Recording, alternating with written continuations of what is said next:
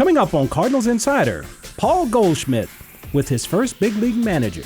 What's left for you to, besides winning the championship? Yeah, I think that's the ultimate goal. That doesn't matter whether you're a rookie or a veteran. Plus, he's world famous, but a hometown kid. That look better than the Cubs, I'm telling you. That look better than the Cubs. Metro Boomin visits Busch Stadium. And later, 3 men are set to join the Red Jacket Club this September.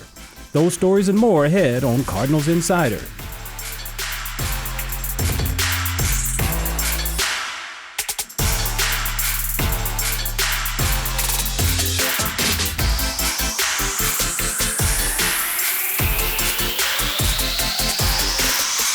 Welcome to Cardinals Insider. I'm Azie Smith, coming to you from the City Connect pop-up shop here at Cunningham Corner. Paul Goldschmidt is playing in his 14th big league season. He won an MVP here in St. Louis, but his career actually started in Arizona playing for Kirk Gibson. Goldy sat down with his first manager earlier this season, and a special thanks to our friends at Bally Sports Detroit for sharing this great interview. This date in 2011, where were you then? What do you remember about it? AA, Mobile, Alabama. Turner Ward was the manager. Now he's our hitting coach, and yeah, kind of crazy. Halfway through the year, you're down having a huge year in AA, and you get called up. Can you remember that day? Oh, of course, yeah. Turner called me. I was sitting there having breakfast with my wife, Amy, and yeah, I was very excited and just rushed to the ballpark, packed my bag and went straight to the airport. Just didn't want to miss that flight, and long flight over to San Francisco, meet y'all there, and yeah, moment I'll never forget. Did you feel overmatched at first, or did you feel pretty confident? They featured some different type of pitches? Yeah, I mean, obviously the guys were better in the big leagues, but I felt confident what I could do. I was able to get some hits, got a hit my first at bat, which was nice, had a homer that second game, so I think that gives you some confidence, made some plays on defense. There was definitely some struggles. I remember about the second or third weekend, you sit me down and saying, hey, we're gonna give you a few days off to just kind of, get out of it, kind of get away from the game, and I was kind of struggling for a few games there, but was able to still get opportunities and still play well. You still work out first day back from a road trip? Yeah, I'm working out almost every day. And you're working on your jumps and your routes and your slides. Where did that all come from? Probably all the way back to my parents, my dad especially, just probably pushing me to be the best I could be and encouraging me, and he didn't let any detail go unnoticed. Maybe I had a good game, got a couple hits, and he'd be like, hey, why didn't you hustle that ball out? Or maybe I had a bad game and made a great play on defense, and he would encourage me. So I think he got set in pretty early in childhood, and then just coming up in baseball and pro ball, just learning, try to help the team in any way. And I do remember a conversation we had early on. I was like, hey, you might not get a hit every time, but you can make a game-saving play on defense. And so just always remembering that there's a lot of different ways to help the team win. I know you didn't used to look at your stats. You read an article about yourself yet? No. I don't try not to look at the scoreboard, look at my stats. So Why try is to that? stay. I think more than anything, just stay in the moment. I mean, the stats are what happened in the past. So whether it's great, maybe you don't want to get overconfident or kind of laid back. And if you're struggling, you don't want to get down on yourself. So I've really just tried to focus and take it day by day and take out any of the distractions. I don't really read anything about our team or really about the other teams either. It's just about controlling what I can control and showing up and working every day and try to go out there and perform. I look at you as such a unique spot in the game, how it has changed, and yet you fit in so good. What's left for you to, besides winning the championship? Yeah, I think that's the ultimate goal. That doesn't matter whether you're a rookie or a veteran. But for me, it just hasn't changed. I do try to take it day by day. I know that sounds cliche, but I figure that gives me the best chance to have success. So that's what I do. Just try to show up every day, play hard, and win as many games as we can. Of course, I'd love to win a World Series, but just try to do my job, be a good teammate, all those things that you and many other people taught me. Thanks, Goldy. Yeah, this was great. Paul Goldschmidt, he's awesome. The best. Music producer Metro Boomin is from St. Louis. The West County native came to Busch last month for a theme night to help the club launch the new City Connect jersey. Here's a look behind the scenes at the Music Mogul's visit.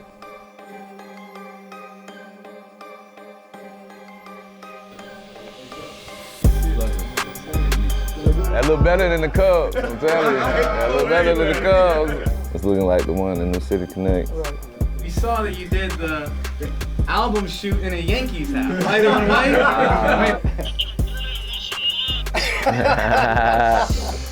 Wow, this is crazy. Tony La Russa, man. Legend. Don't be out there trying to be Chris Carpenter and all this. You good? Pleasure, man. Metro, bro. Pleasure. Yeah, 50. Yo, very nice to meet you. Pleasure, man. Appreciate y'all, man. That's love. I thought I know we going for that dub today, for sure. Yeah, we went back and forth on it a couple times to get the design of, like, you know. There you go. Guaranteed strike. Thank you, guaranteed. Honor is all mine. Coordinating, you feel me? Fred Bird, twinning, a twin, feel me? St. Louis, we on! Remind me where I know you from!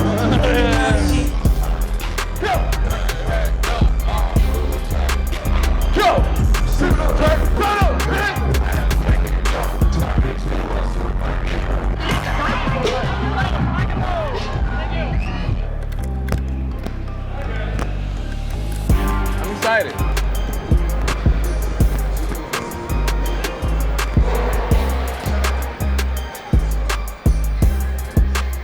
And here it comes, right down the middle.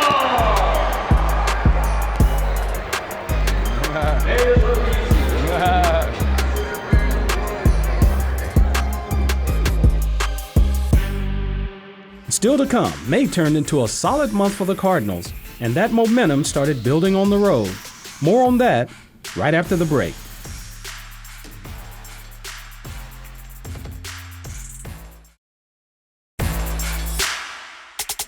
The season is through 2 full months, and a lot has happened, and half of it happened elsewhere. Emily Stevens has our most recent road trips recap. It's time for another On the Road recap. In the month of May, the Cardinals visited 3 cities spanning from the Midwest all the way to Southern California. Take a look. The guys headed up to Milwaukee, where they played a 4-game stint against the Brewers. Matt Carpenter led off for St. Louis for the first time since May of 2021. Go ahead, Goldy. Paul Goldschmidt with a 2-run single to tie the game, and then a go-ahead homer off Bryce Wilson. Miles Michaelis collected the win, and the team headed from American Family Field to Angel Stadium. Well, the Cardinals don't get a chance to play at Angel Stadium often. In fact, only 9 games since the stadium opened in 1966.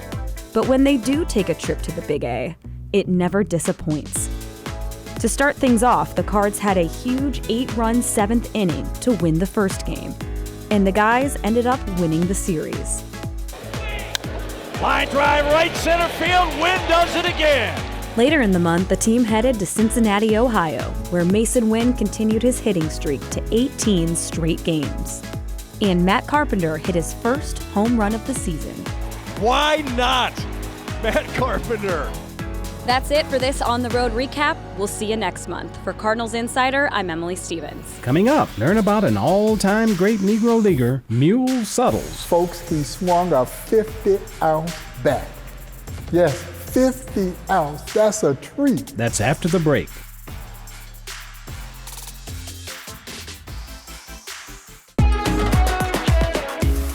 No place takes you in depth with the Cardinals like our YouTube channel. Get to know the players, come along for one-of-a-kind experiences, and hang out with personalities from across Cardinals Nation. Plus, we capture the days and moments that make Cardinals baseball so special. Just search St. Louis Cardinals on YouTube and be sure to subscribe so you never miss a video. St. Louis Cardinals Baseball.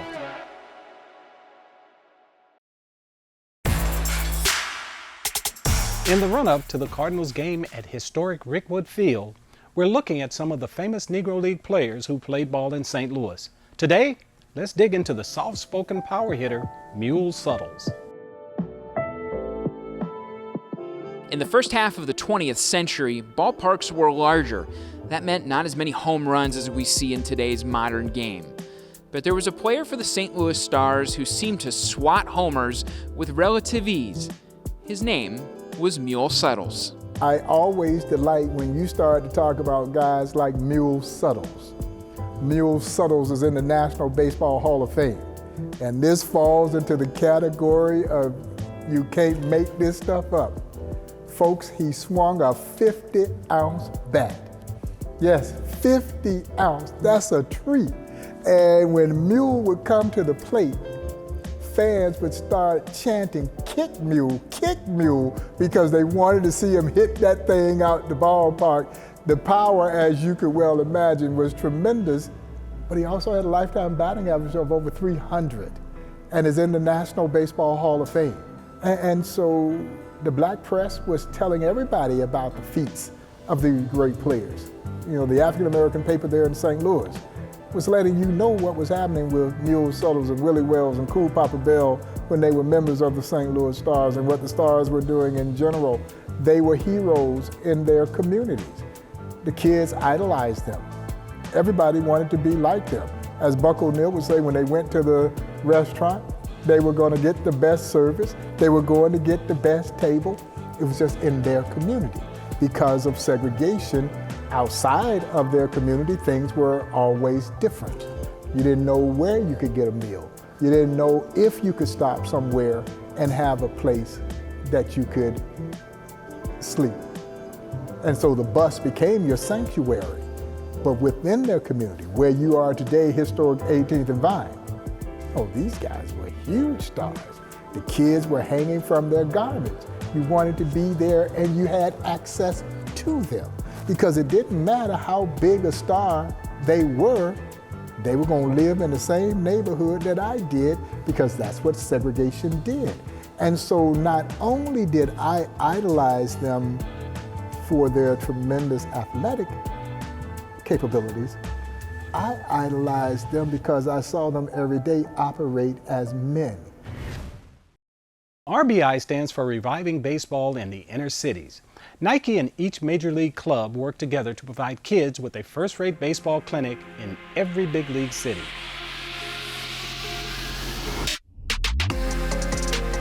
It's the first time that we're hosting this clinic. We're bringing them out. They're getting to learn from former Cardinals players. Our current Cardinal player, Brandon Crawford, will be out later to talk to them. And we just really want them to get that full experience. What they can get out of this program with Cardinals backing and the Nike backing is unlimited, right? They can come out here and feel like a big leaguer today. They're going to go through throwing techniques. We're going to break them up into infield, outfield, do some forehand, backhand drills, drop steps, communication drills in the outfield. We're going to do some hitting work off the tee, some soft toss, and then at the end we'll wrap it up with base running. They'll learn about footwork around the bags. So we'll probably do some situational things. So they're gonna hear a lot today. What we really hope they get out of this today is that they can take even just a little piece and they can go home and they can work at it and get better and they can remember what these coaches told them out here today and they can just have that ingrained in their head. So every time they're out there on the field, they're practicing, they're in the game situation, they can remember those little things and those little things will help because you do the basic things from when you start playing and then the professionals still do those little basic things, those basic techniques. So we just want them to take with them something today and just keep getting better and better. Still to come, learn about the newest member of the Cardinals Hall of Fame. That's when we return.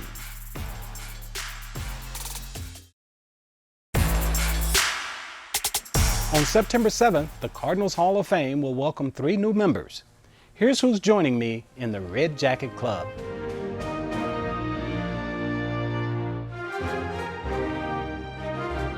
Saturday, September 7th will mark the 11th induction class of the St. Louis Cardinals Hall of Fame.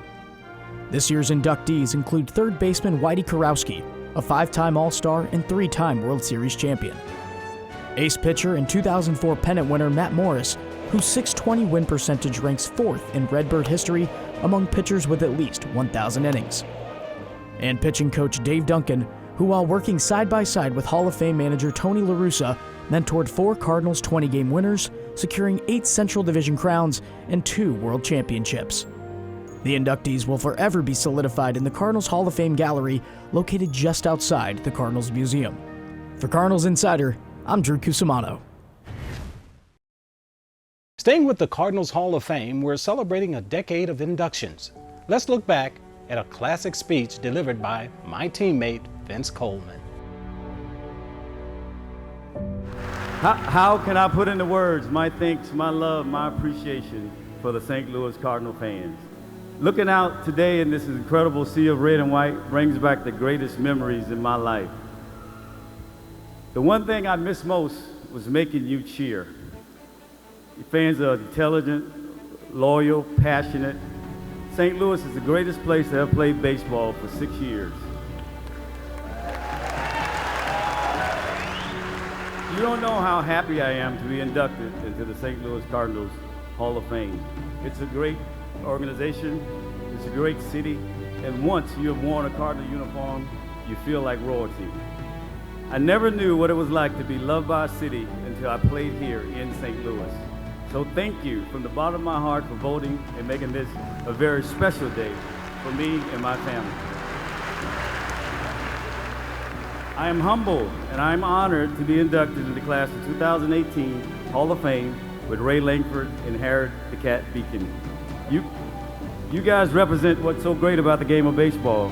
With your competitiveness, there's no surprise to me that you're here today. I'm honored and humbled to go in with you. Thank you. Thank you to the Cardinals front office. Thank you to the Cardinals owners, to the clubhouse, to the ground crew. Have always been the best in baseball history. You know, I was drafted in 1982. In 1982, the Cardinals won the World Series, and Busch was the owner. I was inspired whenever I heard his voice, because we knew how much he loved the game of baseball. But that ownership, that torch has been passed to a well-respected, loving family, Bill DeWitt and Bill III. You guys have continued to produce and build winning championship teams with rich traditions as of today. Thank you so much for adopting me back into your family. St. Louis, there are 3 things in my life that would never change. My Social Security number, my birthday, and being a St. Louis Cardinal fan. When we return, I'm answering one of your questions. It's Ask Azie, and it's up next.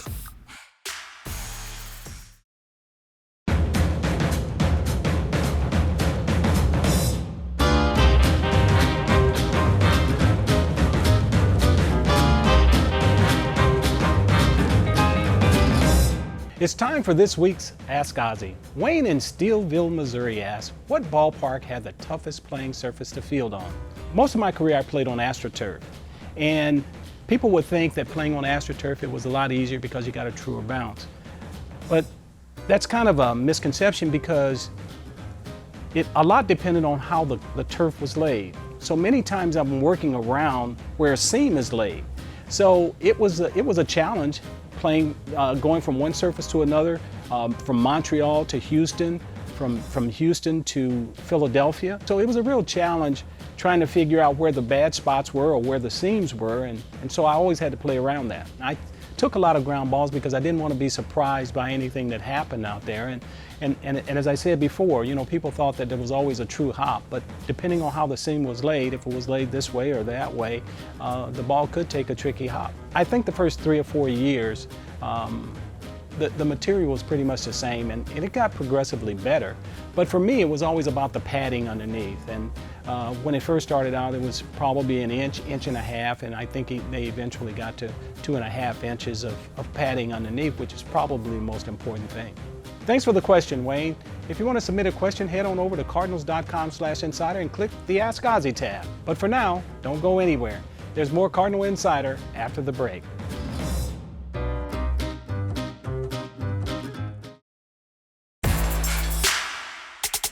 Welcome back. As the weather started heating up, the season tore through its second month. Here's the best moments from May in this week's Redbird Reels.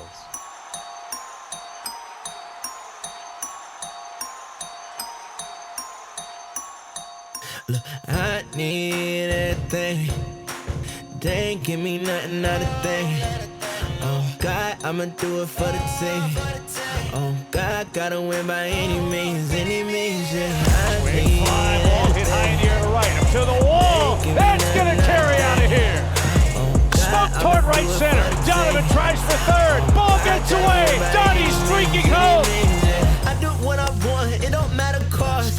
Me and all the squad, been the ones in charge. We need all the gold like we might have trust. Garner for Mason Webb